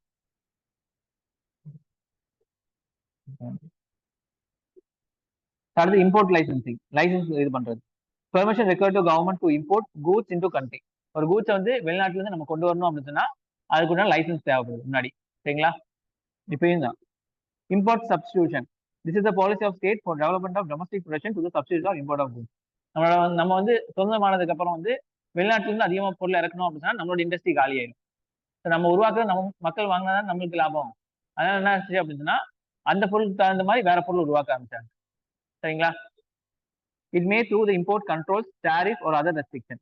என்ன செய்வாங்க? ஐபோன் மேல அதிகமா வரி போடுவாங்க. சரிங்களா? ஐபோன் மேல நிறைய விஷயங்களும் பண்ணுவாங்க. ஆனா இந்தியா இதுக்கு என்ன செய்வாங்க? இவங்களுக்கு வரி கன்செஷன் கொடுப்பாங்க. இப்போ இவங்களோட விலை கம்மியாயிரும். இவங்களோட விலை அதிகமாவே தான் இருக்கும். இப்போ வந்து நடுத்தர மக்கள் என்ன செய்வாங்க? இந்த இந்தியா மேட் மொபைல்ஸ் வாங்குவாங்க. இது மூலியமா என்ன ஆகுது? இந்தியாவோட பொருளாதாரம் நல்லா இருக்கும். இதுதான் இம்போர்ட் சப்ஸ்டிடியூஷன் சொல்லுவாங்க. சப்ஸ்டிடியூட் பண்றது. The view point to encourage domestic industry on ground of self-sufficiency and domestic employment.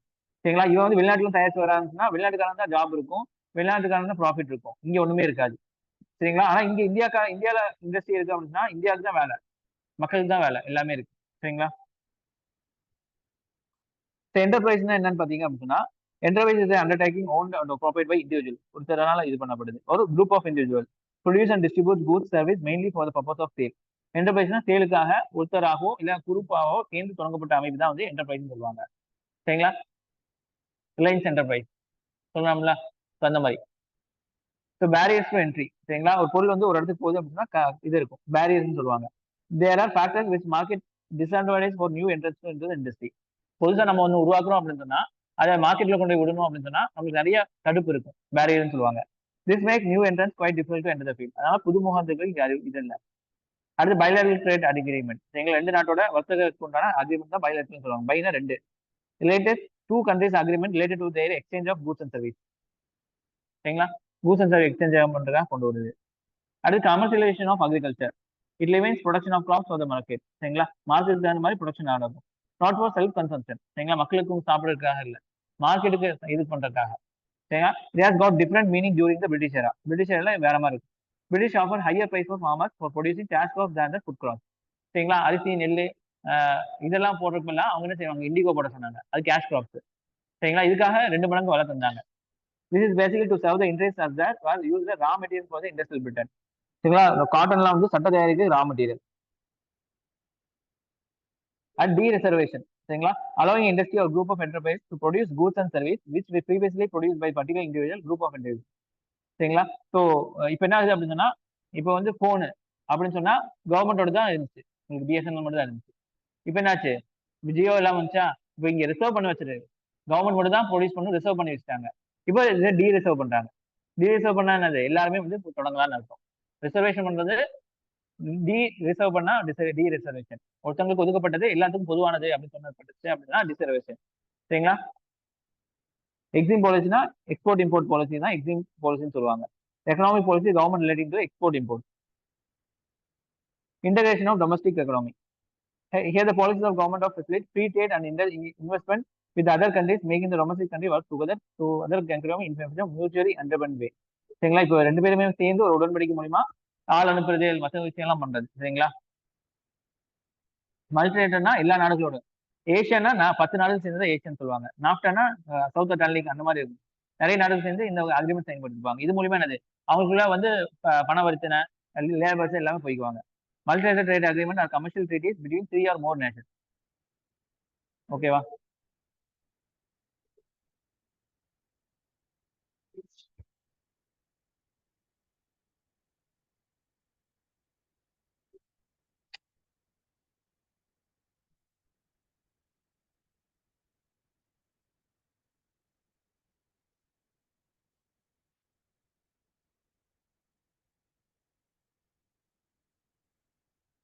ஓகேவா?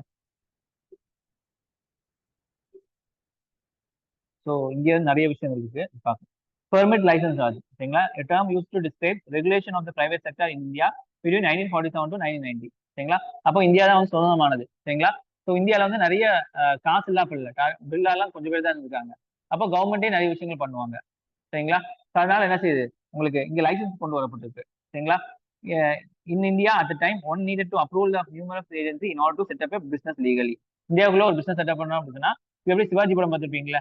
ஒவ்வொருத்தருக்கையா வந்து ரஜினி கைது வாங்கிட்டு இருப்பாப்ல இல்ல இது பண்றாங்க. அந்த மாதிரி வந்து ஒரு பிசினஸ் செட் பண்ணா எல்லாருக்கும் சைன் வாங்கிட்டு வந்து அந்த மாதிரி ரொம்ப காம்ப்ளிகேட்டடான விஷயமா இருந்துச்சு.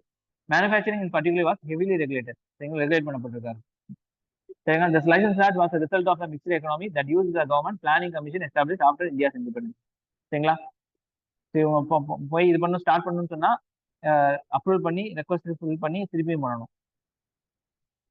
1950 to 1991.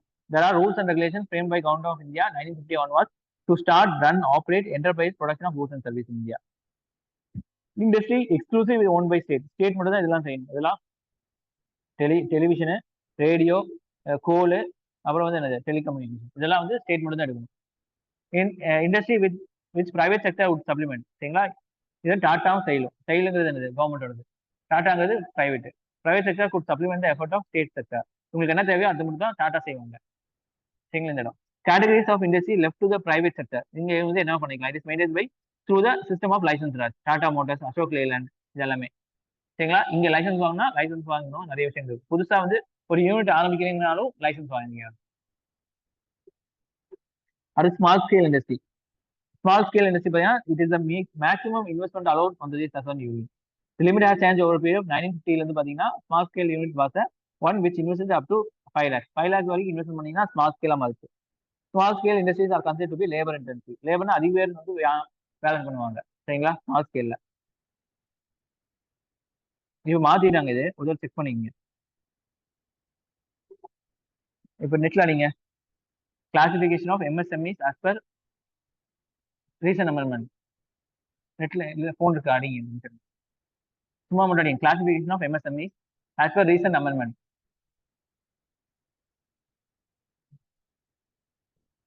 ஒரு கம்பெனியை வந்து மைக்ரோ, ஸ்மால், மீடியம்னா வகைப்படுத்தணும் அப்படின்னு சொன்னா என்ன விஷயம் வேணும்? இமேஜ்ல போய்க்கிங்க. இமேஜ் இருக்குல்ல, இமேஜ்ல போய்க்கிங்க. கூகுள்ல போட்டு சர்ச்ல போட்டு இமேஜ்ல போய்க்கிங்க. இந்த மாதிரி ஒரு காலம் வரும் உங்களுக்கு.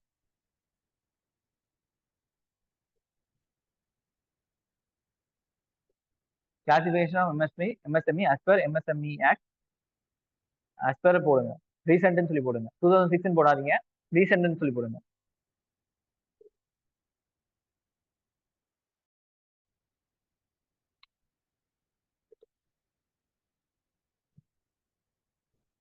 இந்த மாதிரி டேபிள் காலம் வரும் பாருங்க. 2010 ஆக்ட்னு நினைக்கிறேன். பாருங்க பாருங்க. 2020 அப்படியே சொல்லுங்க, என்னெல்லாம் வித்தியாசம் சொல்லுங்க. Type of investment, plant machinery இருக்கா? இது என்னென்ன எழுதி இருக்கு? இன்வெஸ்ட்மெண்ட் பத்தி கொடுத்துருக்காங்களா?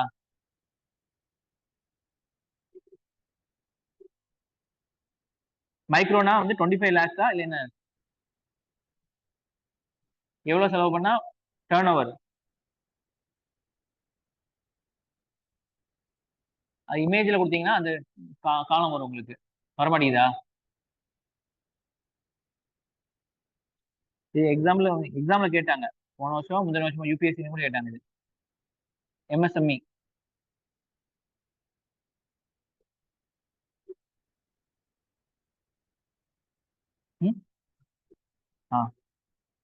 எங்க மைக்ரோனா அப் டு 25 lakhs 1 lakh மாத்திட்டாங்க. ஓகே.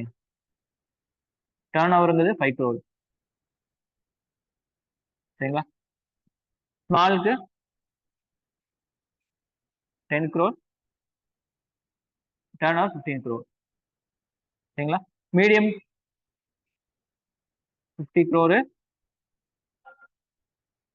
250. சரிங்களா? இதை பார்த்து வச்சுங்க. ஓகேவா? இது வச்சு கேட்பாங்க. எம்எஸ்எம்இனா இது மைக்ரோ என்டர்பிரைஸ்னா தகுதிகள் என்ன அப்படின்னு சொல்லி 4-5 ஆப்ஷன் கொடுத்துருவாங்க. கரண்ட் அஃபேர்ஸ்ல வந்துடும். புரியுதா? ஒவ்வொன்றுக்கும் ஒரு விஷயம் இருக்கு. The above cost exclude the cost of land and building. தவிர micro, small, medium enterprise comes under priority sector lender. priority sector lender அப்படின்னா இந்த செக்டர் தான் ஃபர்ஸ்ட் எடுத்தோன்னே காசு தரணும்.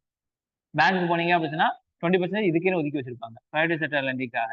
அவங்க டார்கெட்டை ஃபினிஷ் பண்ணி ஆகணும். அவங்க தேடி வருவாங்க காசு கொடுக்கறதுக்காக வேண்டி. பாருங்க, import substitution. Domestic production will be increase to substitute import of goods. சரிங்களா?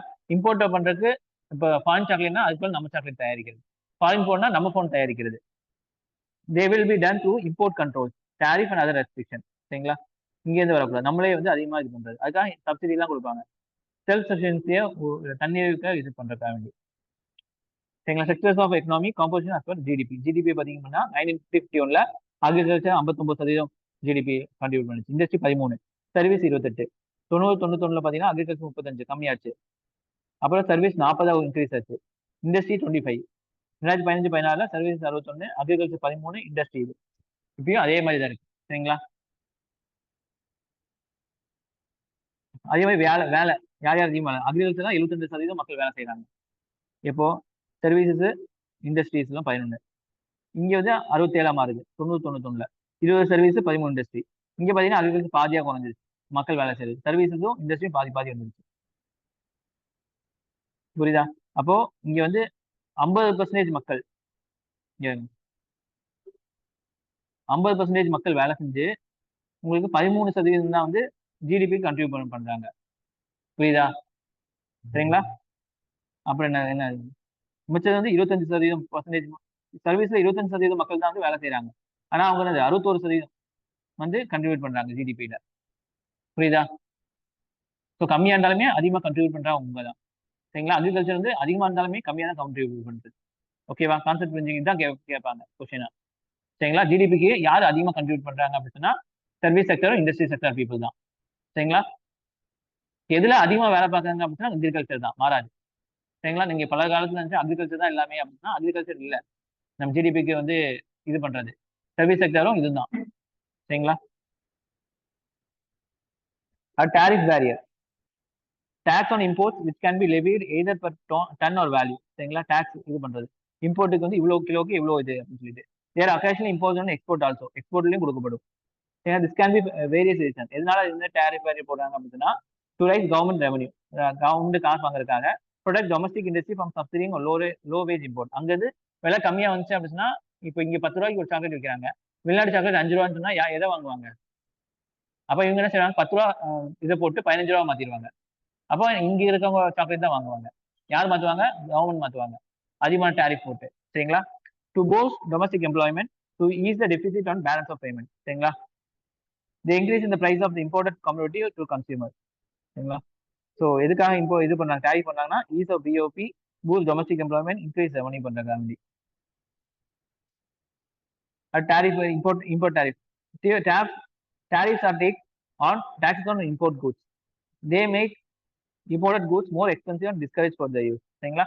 ராயல் ஷேர்ஸ் எல்லாம் ஓடுது அப்படின்னா அவங்களுக்கு வந்து நீங்க கொண்டு வரக்கு ஒரு சார்ஜ், ரோட்ல ஓட்டுறதுக்கு ஒரு சார்ஜ், இன்னும் நிறைய டாக்ஸ் போட்டு தான் இது பண்ணியிருப்பாங்க. நான் டாரிஃப் வேரியன்னா வந்து these are the restriction impose on import export by the government from other than tax. Tax இல்லாம இப்போ இவ்வளவு கிலோகிராம் தான் கொண்டு வரணும், இந்த குவாலிட்டியில கொண்டு வரணும் இப்படி சொல்றதுதான் வந்து என்னது நான் டாரிஃப் வேரியன். டாரிஃப் வேரியன்னா டாக்ஸ் வச்சு தடுக்கிறது, அதிகமா காசை சார்ஜ் பண்ணி தடுக்கிறது. நான் டாரிஃப் வேணா அளவு வச்சு கட்டுப்படுத்துறது. இந்த அளவு தான் கொண்டு வரணும் அப்ப என்ன செய்ய மாட்டாங்க, கொண்டு வர மாட்டாங்க. இப்போ இந்தியாக்காரங்களுக்கு தான் வந்து யூஸ்ஃபுல்லா இருக்கும். Non-tariff barriers. These are restrictions other than taxes, restrict imported goods service through mechanism other than simple imposed tariff to provide protection in the domestic industry. They may take the form of import quota, subsidies, custom delays, technical barriers. Non-tariff barriers to trade include import licensing, rules of violation of goods and custom, pre-shipment inspection, rules and all. இது எல்லாமே வந்து என்னது நான் டாரிஃபோட example. நான் டாரிஃபோட example இது எல்லாமே. ஒரு tax பண்ணா டாரிஃப், நான் டாக்ஸ்னா டாக்ஸ் இல்லாம எல்லாம் வருது, அதான் நான் டாரிஃப். ஓகேவா? Import quotas. Import quotas என்னது? Import quotas are one category of non-tariff barrier. They specify quantity of goods. இவ்வளவுதான் குவான்டிட்டி தான் வரணும். It can be imported. இவ்வளவுதான் நீங்க வந்து அங்கிருந்து என்னது இறக்குமதி செய்யணும் அப்படின்னு சொல்றது. This is basically within the view to restrict imports, hence protect domestic films from the foreign competition. So இது வந்து foreign competition நம்ம தடுக்குது.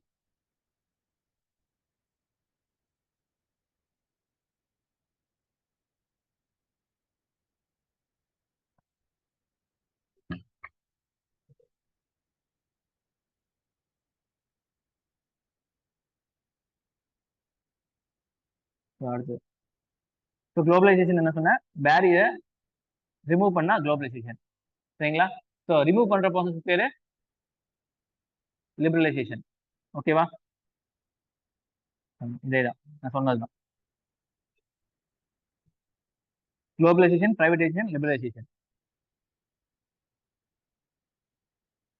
1991ல இப்படி இருந்திருக்கு, 2017ல இப்படி இருந்திருக்கு.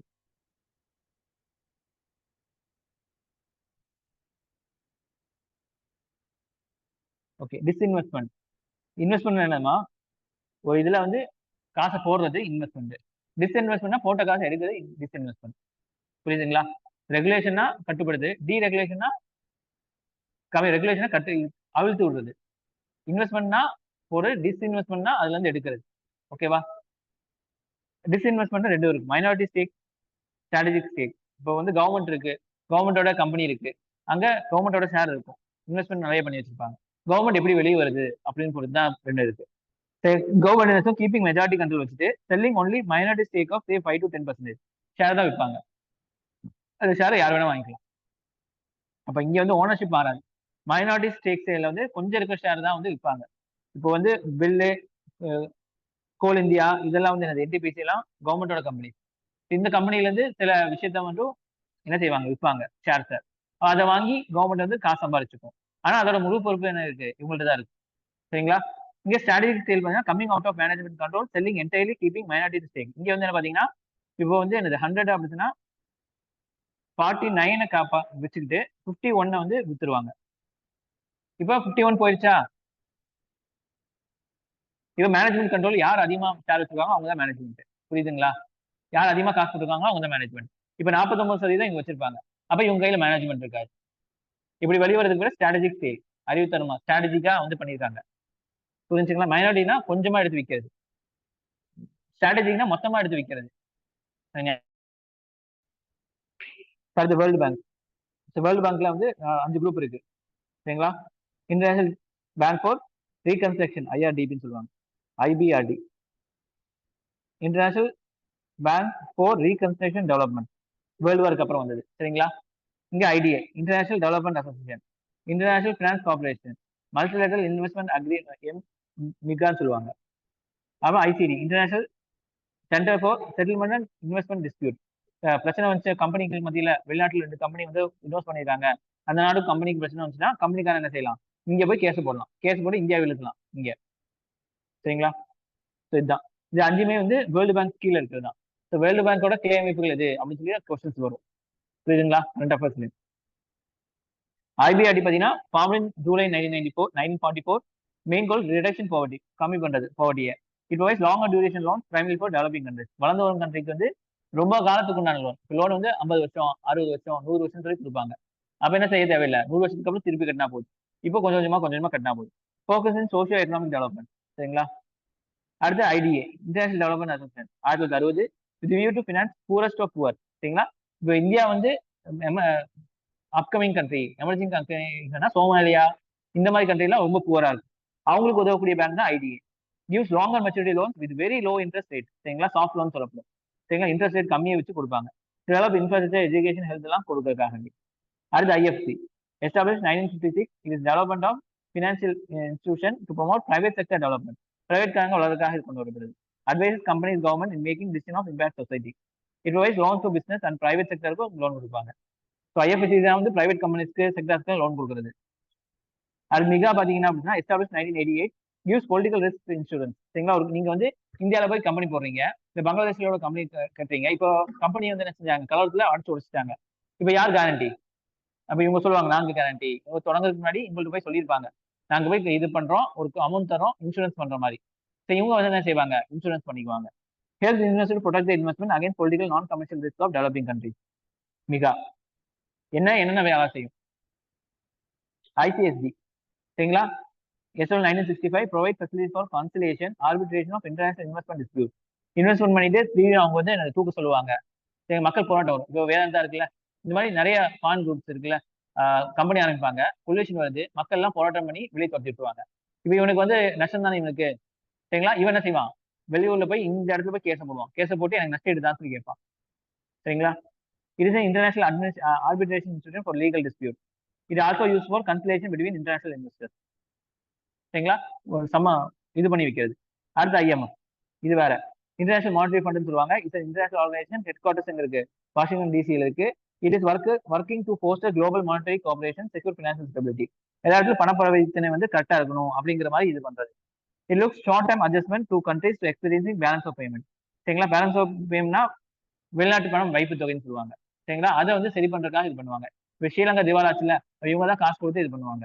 இப்போ எந்த பொருள் நம்ம வெளிநாட்டுல இருந்து நம்ம வந்து தொடர்பு பண்ணாலுமே வந்து டாலர் தான் பண்ண முடியும். அந்த டாலர் என்ன ஆகும்? எப்போ நம்மளுக்கு வரும்? வெளிநாட்டுக்கு நம்ம பொருள் வித்தா அந்த டாலர் நம்மளுக்கு வரும். இல்ல கடன் வாங்கினா அந்த டாலர் நமக்கு வரும். இப்படி வந்து எல்லா டாலரும் தீர்ந்துருச்சு அப்படின்னு சொன்னா அது பிரச்சனை ஆயிரும். புரிஞ்சுங்களா?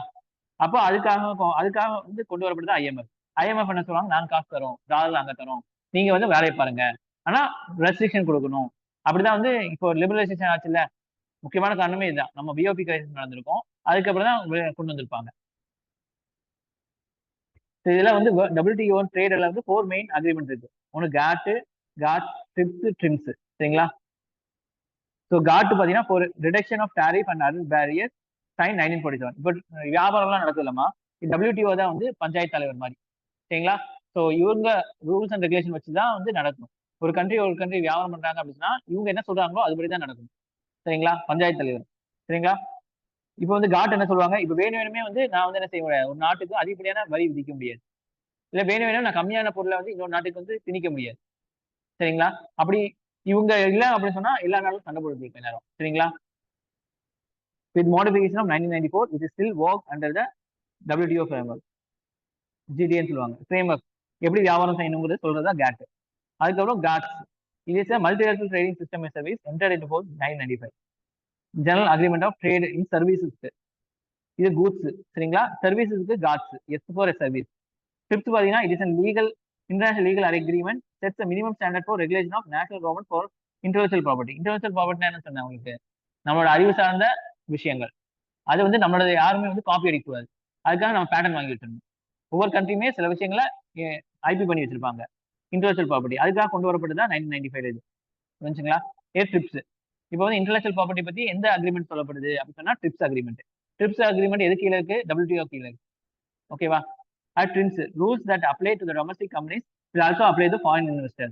Foreign investors should not be discriminated. சரிங்களா? இப்போ இந்தியா கம்பெனிக்கும் வெளிநாட்டு கம்பெனிக்கும் டிஸ்கிரிமினேட் பண்ணக்கூடாது, பாகுபாடு பார்க்கக்கூடாது, ரொம்பலாம் பண்ணக்கூடாது அப்படின்னு சொல்லிட்டு பாக்குறதுதான் trade related investment measure TRIMs. ஜெனீவால இருக்கு ஹெட் குவார்டர்ஸ். எது? World Trade Organization. Headquarters எங்கன்னு சொல்லி கேட்பாங்க. ஏன்னா எல்லாமே நியூஸ்ல வந்துட்டு இருக்கிறதா எல்லாமே. சரிங்களா? பினான்சியல் இன்ஸ்டிடியூஷன் என்னது? காசு கொடுக்குறது. Institution that engage in mobilisation allocation of savings. சேவிங்ஸை வாங்கி சேவிங்ஸ் நமக்கு வந்து டெபாசிட் வாங்கும். சேவிங்ஸா சேவிங்ஸ் சும்மா வச்சிருக்க மாட்டாங்க. அது வந்து ரொட்டேஷன் விட்டுருவாங்க. அதுல இருந்து வட்டியில வச்சு தான் நமக்கு கொடுப்பாங்க. சரிங்களா? This generic term which include commercial bank, cooperative bank, development bank, insurance எல்லாமே வந்து ஒரு விதமான ஃபைனான்சியல் இன்ஸ்டிடியூஷன் தான் சொல்ல முடியும். Foreign exchange market. This market where currency of various countries bought and sold at prevailing rate of exchange. Foreign exchange market சொல்லுவாங்க. Appreciation depreciation ஏற்கனவே சொல்லிட்டேன். மார்க்கெட்னால வந்துச்சு அப்படின்னா அப்ரிசியேஷன் டிப்ரிசியேஷன். இதே வேணும் கவர்மெண்ட்னால வந்துச்சு அப்படின்னா டிவேல்யூவேஷன் ரீவேல்யூவேஷன். அப்புறம் ஸ்டாக் எக்ஸ்சேஞ்ச். ஸ்டாக் எக்ஸ்சேஞ்ச் என்ன பார்த்தீங்கன்னா market in which securities of government and public companies are traded. சரிங்களா? மார்க்கெட்ல ஷேர்ஸ் எல்லாம் ட்ரேட் ஆச்சு, செக்யூரிட்டிஸ் எல்லாம் ட்ரேட் ஆச்சு அப்படின்னா ஸ்டாக் எக்ஸ்சேஞ்ச் சொல்லுவாங்க. It gives facility to stock brokers to trade company stock and other securities. சரிங்களா? ஸ்டாக் ப்ரோக்கர்ஸ் யார் யார் வச்சிருக்காங்க விற்கிறாங்க அவங்க எல்லாமே. அடுத்து வந்து மெர்ச்சன்டைஸ் ட்ரேட் டெபிசிட். வியாபாரம் பண்றோம் நமக்கு இன்னொரு கண்ட்ரிக்கும் இருக்கு ட்ரேட் டெபிசிட் சொல்லுவாங்க. அப்படின்னு அர்த்தம் இந்தியாவுக்கும் யூஎஸ்ஏக்கும் நம்ம வந்து என்ன செய்யறோம்? யூஎஸ்ஏல நிறைய பொருள் வாங்குறோம், நம்மள்ட்ட கம்மி பொருள் நமக்கு கொடுக்குறோம். 100 ரூபாய்க்கு வாங்கி நம்ம என்ன செய்யறோம்? 50 ரூபாய்க்கு தான் நம்ம மத்தவங்களுக்கு கொடுக்குறோம், யூஎஸ்ஏ கொடுக்குறோம். அப்ப நம்மளை காட்டிலும் அவங்க 50 ரூபாய் அதிகமா இருக்காங்க. இதுதான் ட்ரேட் டெபிசிட்னு சொல்லுவாங்க. சரிங்களா? வாங்குறது காட்டிலும் கொடுக்கறது வந்து கம்மியா இருந்துச்சு அப்படின்னா அது டெபிசிட், பற்றாக்குறை. சரிங்களா? 1617 பாத்தீங்கன்னா இந்தியா எக்ஸ்போர்ட் மொத்தமா பாத்தீங்கன்னா 275 பில்லியன். இந்தியா இம்போர்ட் பாத்தீங்கன்னா 350. சரிங்களா? அப்ப என்ன ஆகுது உங்களுக்கு? இம்போர்ட் அதிகமா இருக்கு இந்த இடத்துல, எக்ஸ்போர்ட் வந்து கம்மியா இருக்கு. எக்ஸ்போர்ட் தானே அதிகமா இருக்கணும், இந்தியா பொருள் தானே எல்லா இடத்துக்கும் போகணும். நம்ம பாருங்க எல்லா இடத்தோட பொருள் நம்மளுக்கு வாங்கிட்டு இருக்கோம். எக்ஸிம் பாலிசிங்கிறது வந்து எக்ஸ்போர்ட் இம்போர்ட் பாலிசி தான். வந்து இந்த கண்ட்ரில இருந்து இந்த இது வாங்கணும், இந்த கண்ட்ரிக்கு இது பண்ணணும். இப்ப ரஷ்யா உக்ரைன் வாங்க நினைச்சு நம்ம என்ன செஞ்சோம்? ரஷ்யாட்ட வந்து ஆயில் வாங்கினோம்ல டிஸ்கவுண்டட் ரேட்டுக்கு. அந்த மாதிரி economic policy government relating export and import. இது எக்ஸ்போர்ட் ப்ரொமோஷன் பாத்தீங்கன்னா இதெல்லாம் ப்ரொமோஷன் பண்ணுவாங்க கவர்மெண்ட்டே வந்து நீங்க உங்களுக்கு கம்பெனி வச்சு தரோம், வெளிநாட்டுக்கு நீங்க உங்களுக்கு பொருள் விற்கணும் அப்படின்னா லைசன்ஸ் தரோம், லேண்ட் யூஸ்க்கு கம்மி சார்ஜ் தரோம், லோன் தரோம், லேண்ட் வாங்குறதுக்கு எல்லாமே தரேன்னு சொல்லுவாங்க. சரிங்களா?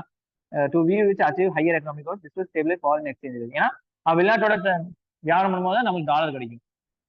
சரிங்களா? வெளிநாட்டுக்காரங்க ருப்பியில பே பண்ண மாட்டாங்க, டாலர் தான் பே பண்ணுவாங்க. This may involve physical and commercial support to measures also involve removal of trade barriers. Structural reform அப்படின்னு சொன்னா என்னது? Long term measures like liberalisation, deregulation, privatisation aim to improve the efficiency competition of economy. ஸ்ட்ரக்சரலா change பண்றது, ஒரு பாதையை வந்து நம்ம இன்னொரு பாதைக்கு அழைச்சிட்டு போகுது. ஓகேவா? முடிச்சுக்கலாமா? 10 முடிச்சிட்டோம். நாளைக்கு ஒரு 10 முடிச்சிடலாம். சரிங்களா? காலையில 5 மதியானம்